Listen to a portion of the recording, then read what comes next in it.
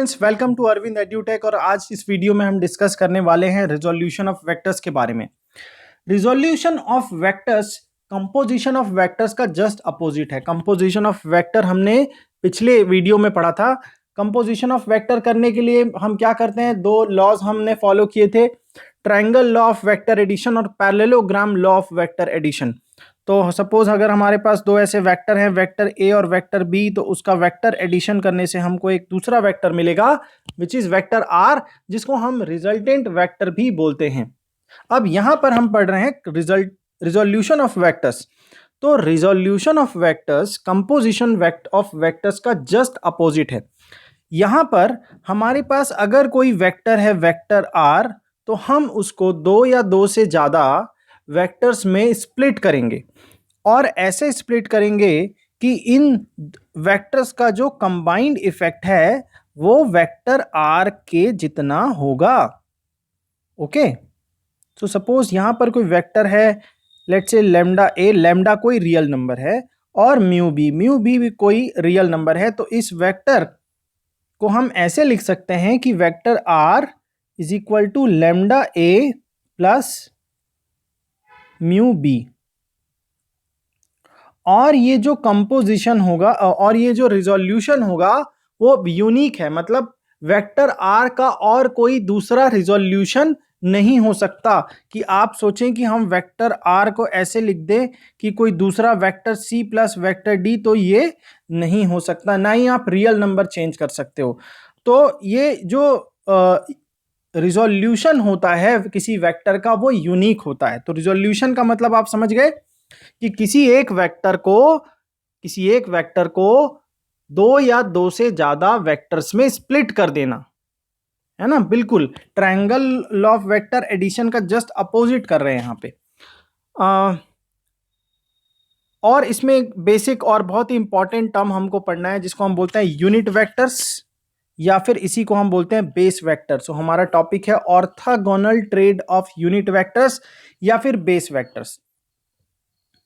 तो अगर हम अपने वेक्टर को थ्री अलग अलग एक्सेस में डिवाइड करते हैं, एक्स वाई और जेड एक्सेस, तो हम क्या करते हैं, एक्स वाई और जेड एक्सेस की तरफ के डायरेक्शन में तीन अलग अलग यूनिट वेक्टर्स ड्रॉ करते हैं। यूनिट वेक्टर्स इसको इसलिए बोला जाता है क्योंकि इसका मैग्नीट्यूड 1 होता है। तो जैसे आई कैप, हमने पहला जो एक्स डायरेक्शन में एक हम बेस वेक्टर ड्रॉ करते हैं, इसको हम बोलते हैं आई कैप। सिमिलरली वाई के पॉजिटिव डायरेक्शन में जो हम यूनिट वेक्टर ड्रॉ करते हैं उसको हम बोलते हैं जे कैप, और जेड एक्सेस के यूनिट पॉजिटिव डायरेक्शन में जो हम वेक्टर ड्रॉ करते हैं यूनिट वेक्टर, उसको हम बोलते हैं के कैप। तो आई कैप, जे कैप, के कैप, ये तीनों यूनिट वेक्टर्स हैं और ये ड्रॉ होते हैं रिस्पेक्टिवली एक्स वाई और जेड एक्सेस के पॉजिटिव डायरेक्शन में। इसको यूनिट वेक्टर इसलिए बोला जाता है कि magnitude of vector I cap is equal to magnitude of vector J cap, और magnitude of K cap is always equal to 1। तो तीनों का जो मैग्नीट्यूड होता है वो होता है 1। और भी बहुत इंपॉर्टेंट टॉपिक हम यहाँ पे कवर कर रहे हैं, rectangular component of a vector.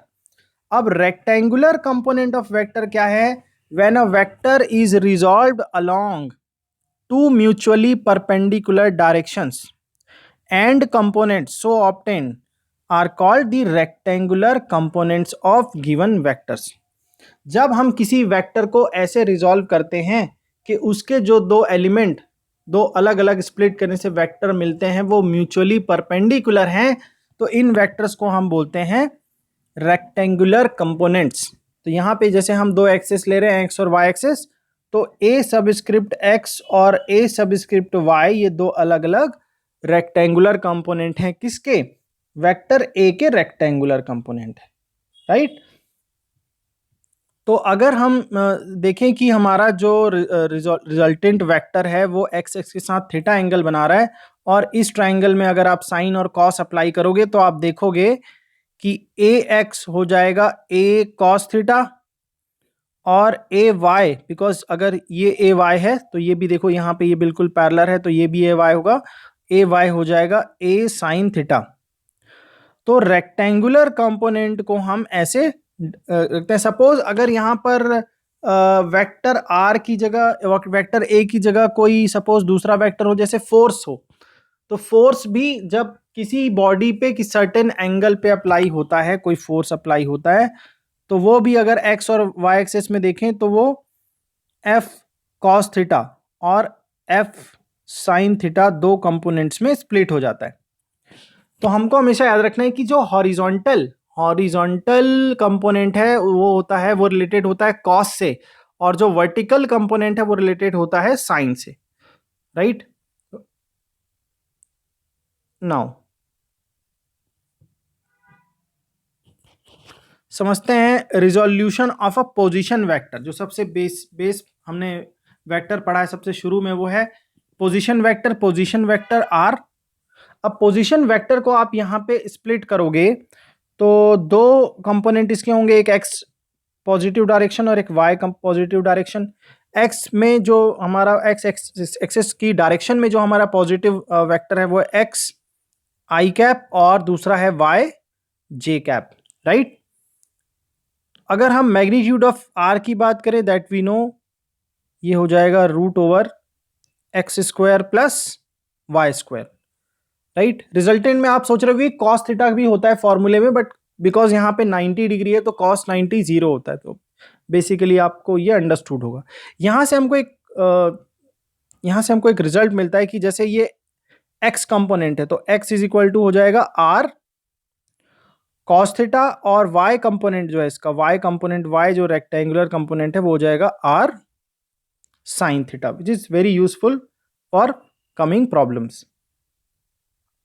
ये तो हम बात करते हैं कि जब रेक्टेंगुलर कंपोनेंट जब दो एक्सेस में हम ले रहे हैं, एक्स और वाई एक्सेस में, राइट। क्या होगा अगर कोई वेक्टर तीन अलग अलग डायरेक्शंस में एक्स वाई और जेड डायरेक्शंस में स्प्लिट हो जाए, उसको रिजोल्यूशन थ्री डायमेंशनल हो। अगर रिजोल्यूशन थ्री डायमेंशनल हो तो सपोज कोई वेक्टर ए है तो वो तीन कंपोनेंट्स में डिवाइड हो जाएगा, एक्स वाई और Z.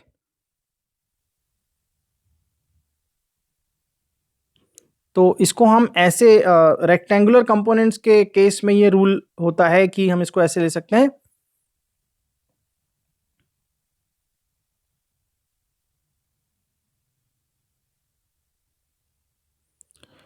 This will be A X plus A Y plus A Z, right. अगर मैग्नीट्यूड की बात करें तो ए का मैग्नीट्यूड हो जाएगा root over A X square plus A Y square plus A Z square. तो आप देख सकते हो कि जब थ्री डायमेंशनल रिजोल्यूशन होता है तो इसमें एक और तीसरा कंपोनेंट भी हो जाता है जो कि जेड पॉजिटिव डायरेक्शन में होता है। तो अगर कोई पोजीशन वेक्टर है लेट्स से आर, और उसको हम थ्री डायमेंशनली देख रहे हैं एक्स वाई और जेड एक्सेस में, तो उसके तीन रेक्टेंगुलर कंपोनेंट होंगे, एक्स आई कैप, वाई जे कैप प्लस जेड के कैप। तो ये हो गया रिजोल्यूशन ऑफ वेक्टर। अब इसका क्या हमारे रियल लाइफ में क्या कोई एप्लीकेशन है? बिल्कुल है। देखो, अगर हम वॉक करते हैं, जब हम वॉक करते हैं तो बेसिकली वहां पर हम इस चीज को ऑब्जर्व कर सकते हैं, रिजोल्यूशन ऑफ वेक्टर को। जैसे आप क्या करते हो, आप अपने पैरों से एक सर्टेन एंगल बनाते हुए ग्राउंड को पुश करते हो, है ना। तो कुछ ऐसा आप अपने पैरों को कुछ ऐसे डायरेक्शन में एक सर्टेन एंगल बनाते हुए पुश करते हो ग्राउंड को। अब ग्राउंड क्या करता है आपको, अगर आप इस डायरेक्शन में ग्राउंड को पुश कर रहे हो इस डायरेक्शन में, ठीक है, तो हॉरिजॉन्टल के साथ थीटा डिग्री बनाते हुए, तो ग्राउंड भी आपको न्यूटन के थर्ड लॉ से सेम डायरेक्शन में पुश करेगा, सेम मैग्नीट्यूड के साथ पुश करेगा, बट अपोजिट डायरेक्शन में थीटा एंगल बनाते हुए। अब ये जो फोर्स है, ये जो रिजल्टेंट फोर्स है जो ग्राउंड हमारे पैरों पे अप्लाई कर रहा है, उसके दो रेक्टेंगुलर कंपोनेंट्स होंगे, दो वेक्टर्स में वो रिजॉल्व हो जाएगा। दो कंपोनेंट्स में एक तो हॉरिजॉन्टल कंपोनेंट होगा जो कि होगा आर कॉस थीटा, ये आर कॉस थीटा हमको आगे बढ़ने में, आगे चलने में, ओके, आगे जाने में मदद करता है। और एक दूसरा इसका कंपोनेंट होगा आर साइन थीटा, और ये जो कंपोनेंट है आर साइन थीटा ये बैलेंस करता है हमारे वेट को, बिकॉज वेट का भी डायरेक्शन यही है। तो वेट को ये बैलेंस करता है कौन? Vertical component. वर्टिकल कंपोनेंट मैंने बताया जो है आर साइन थीटा, ये इज इक्वल टू डब्ल्यू, ये वेट को बैलेंस करता है।